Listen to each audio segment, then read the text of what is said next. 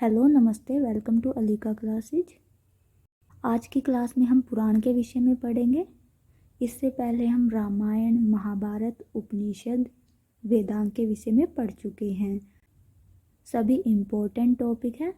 Exam में उनसे question पूछे जाते हैं। जिन्होंने वो वीडियो नहीं देखी है, देख लीजिए, आपके लिए हेल्पफुल होंगी। सभी इम्पोर्टेंट पॉइंट डिस्कस किए गए हैं। इस क्लास में हम पुराण के विषय में पढ़ेंगे। पुराण से संबंधित जो भी इम्पोर्टेंट फैक्ट है उन्हें डिस्कस करेंगे। पुराण, सबसे पहले पुराण की डेफिनेशन देखेंगे। पुराण का लक्षण दिया हुआ है कि पुराण होता क्या है। अलग अलग विद्वानों के द्वारा पुराण की डेफिनेशन अलग अलग दी गई है। पुरा अपि नवम पुराणम, पुरा होता है प्राचीन। प्राचीन होकर भी जो नया होता है उसे पुराण कहते हैं। यानी कि जो पुराना होते हुए भी नया हो उसे पुराण कहते हैं। दूसरी डेफिनेशन है पुराणामाख्यानम पुराणम। इसका अर्थ है जिसमें पुराने आख्यानों का वर्णन किया गया हो उसे पुराण कहते हैं। पुराने आख्यानों का वर्णन करने वाले ग्रंथ को पुराण कहते हैं। ये यहाँ पे पुराण का लक्षण दिया गया है। सर्गश्च प्रतिसर्गश्च वंशो वनमंत्राणि च वंशानुचरितम चेति पुराणम पंचलक्षणम। सर्ग से अभिप्राय यहाँ सृष्टि के निर्माण से है। प्रतिसर्ग से अभिप्राय सृष्टि के विस्तार और सृष्टि के प्रलय से है। वंश से अभिप्राय ऋषि देवताओं आदि के वंश से है।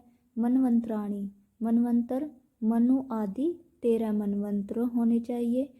वंशानुचरितम, वंशानुचरितम का अर्थ है चंद्रवंशी सूर्यवंशी राजाओं की वंशावली। जिस ग्रंथ में वर्णित होगी उसी को पुराण कहा जाता है। पुराणम पंचलक्षणम, ये पुराण के 5 लक्षण हैं। सर्ग, प्रतिसर्ग, वंश, मनवंतर, वंशानुचरित, ये सभी पुराण के 5 लक्षण हैं। ये हमने पढ़े पुराण के लक्षण। इनके विषय में पूछ लिया जाता है कि पुराण का लक्षण क्या होता है। पुराणों की संख्या 18 है। इसके विषय में आप सभी जानते हैं कि पुराण कितने होते हैं। पुराण 18 हैं। 18 पुराण हैं। कौन कौन से पुराण हैं और उनकी सीरीज क्या है, ये सब हमें याद रखने हैं। पुराणों की सीरीज पूछ ली जाती है। यदि आपको ये पूछा जाए कि 9वां पुराण कौन सा होगा, 11वां पुराण कौन सा होगा, 7वां पुराण कौन सा होगा, तो वही याद रखना है, क्योंकि इनको सीरीज में याद रखना है। पुराणों को क्रम से ही याद करना होता है। पहला पुराण है ब्रह्म पुराण, दूसरा है पद्म पुराण, तीसरा है वैष्णव पुराण, चौथा है वायु पुराण। वायु पुराण को ही शैव पुराण भी कहा जाता है। 5वां है श्रीमद् भागवत पुराण, नारद पुराण। छठा है नारद पुराण। 7वां है मार्कंडेय पुराण। 8वां अग्नि पुराण। 9वां भविष्य पुराण। 10वां ब्रह्मवैवर्त पुराण। 11वां लिंग पुराण। 12वां वराह पुराण। 13वां स्कंद पुराण। 14वां वामन पुराण। 15वां कूर्म पुराण। 16वां मत्स्य पुराण। 17वां गरुड़ पुराण। 18वां ब्रह्मांड पुराण। सभी को सीरीज से याद रखना है कि कौन सा पुराण किस क्रम में दिया हुआ है। इनकी सीरीज इम्पोर्टेंट है। आपको इनका नाम भी याद रखना है कि कौन कौन सा पुराण होते हैं। यहाँ पर आपको सर्ग, प्रतिसर्ग, वंश, मनवंतर, वंशानुचरित दिखाई दे रहा है। ये जो आपको 5 दिखाई दे रहे हैं, सर्ग, प्रतिसर्ग, वंश, मनवंतर, वंशानुचरित, ये पुराण का लक्षण है। किसी भी पुराण में ये 5 होने चाहिए। यानी कि इस लक्षण के अलावा अभी हमने पढ़ा कि सर्ग, प्रतिसर्ग, वंश, मनवंतर, वंशानुचरित, ये 5 जिसमें होंगे उसे ही पुराण का लक्षण कहेंगे। लेकिन कुछ पुराण ऐसे भी हैं जिनमें कहा गया है, कुछ ऐसे ग्रंथ हैं जिनमें कहा गया है कि जिनमें इन 10 का वर्णन होगा वही पुराण कहलाएंगे। ये 10 कौन कौन से हैं? यहाँ पे पहला होगा सर्ग। सर्ग, विसर्ग, वृत्ति, रक्षा, अंतराणी, वंश, वंशानुचरित, संस्था, हेतु, उपाश्रय, इन 10 का वर्णन जिस ग्रंथ में होगा उसे पुराण कहेंगे। लेकिन ये लक्षण मान्य नहीं है।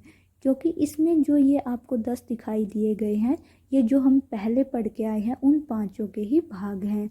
विद्वानों ने माना कि यदि उन पांचों का वर्णन कर दिया जाए तो इन 10 का वर्णन अपने आप ही हो जाएगा। तो जो सबसे मान्य लक्षण है वो पुराण का यही लक्षण है कि उसमें सर्ग, प्रतिसर्ग, वंश, मनवंतरी, वंशानुचरित का वर्णन होना चाहिए। आपको पांचों याद रखने हैं। सर्ग, प्रतिसर्ग, वंश, मनवंतर, वंशानुचरित पुराण के लक्षण में आते हैं। अभी हमने पुराण के लक्षण के 5 भागों के विषय में पढ़ा। सर्ग, प्रतिसर्ग, वंश, मनवंतर, वंशानुचरित। इसमें जो सर्ग है जिसे सृष्टि कहा गया है, ये 3 प्रकार के होते हैं। इम्पोर्टेंट है, पूछा जाता है कि सर्ग कितने प्रकार के होते हैं। सर्ग 3 प्रकार के होते हैं, प्राकृत सर्ग, वैकृत सर्ग और उभयात्मक सर्ग। उभयात्मक सर्ग में प्राकृत और वैकृत दोनों होते हैं। उभयात्मक सर्ग को कौमार्ग सर्ग भी कहा जाता है। पहला जो प्रकार है प्राकृत सर्ग। प्राकृत सर्ग अगेन 3 भागों में डिवाइड है, यानी कि पूछ लिया जाए प्राकृत सर्ग कितने प्रकार का होता है, 3 प्रकार का। कौन कौन सा? ब्रह्म सर्ग, भूत सर्ग, वैकारिक सर्ग। आपको याद रखना है प्राकृत सर्ग 3 प्रकार का होता है। कौन कौन से प्रकार का? ब्रह्म सर्ग, भूत सर्ग, वैकारिक सर्ग। वैकृत सर्ग 5 प्रकार का है, मुख्य सर्ग, तिर्यक सर्ग, देव सर्ग, मानव सर्ग, अनुग्रह सर्ग। अलग अलग ग्रंथों में प्राकृत सर्ग, वैकृत सर्ग, इनकी संख्या अलग अलग दी गई है। जो प्रमाणिक मानी जाती है वो 3 और 5 है। प्राकृत सर्ग 3 भागों में विभाजित है, वैकृत सर्ग 5 भागों में विभाजित है। इसके बाद कौमार सर्ग। कौमार सर्ग को उभयात्मक सर्ग भी कहते हैं, यानी कि जिसमें प्राकृत सर्ग और वैकृत सर्ग दोनों का वर्णन मिलता है। यहाँ तक जो हमने पढ़ा वो पुराणों के विषय में था कि पुराण कौन कौन से होते हैं, पुराणों की संख्या क्या है, उनका क्रम क्या है, पुराणों के लक्षण में किनका वर्णन है, सर्ग कितने प्रकार के होते हैं, ये सब हमने पढ़ा। इसके बाद हम उप पुराणों के विषय में पढ़ते हैं। कई बार उप पुराणों के विषय में भी पूछ लिया जाता है। पुराणों की तरह ही उप पुराणों की संख्या भी 18 है। 18 उप पुराण होते हैं, 18 पुराण होते हैं। 18 उप पुराणों के नाम देख लेते हैं।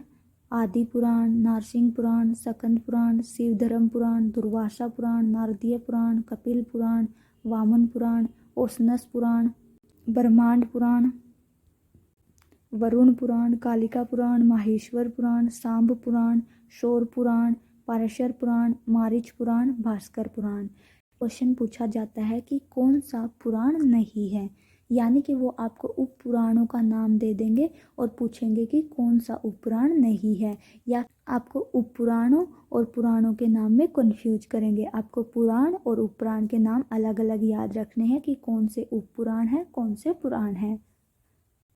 पुराणों से संबंधित कुछ इम्पोर्टेंट आख्यान। पुराणों में कुछ आख्यानों का वर्णन भी किया है। अम्बरीश उपाख्यान, पुराणों में अम्बरीश उपाख्यान का वर्णन है। सुकन्या चव्यनचरित आख्यान है, शकुंतला उपाख्यान है। पुराणों में इन आख्यानों के अलावा वास्तुकला, शिल्पकला, चित्रकला, मूर्तिकला, संगीत कला, नृत्य कला का वर्णन मिलता है। पुराण ग्रंथ है वो ज्ञान से भरपूर हैं।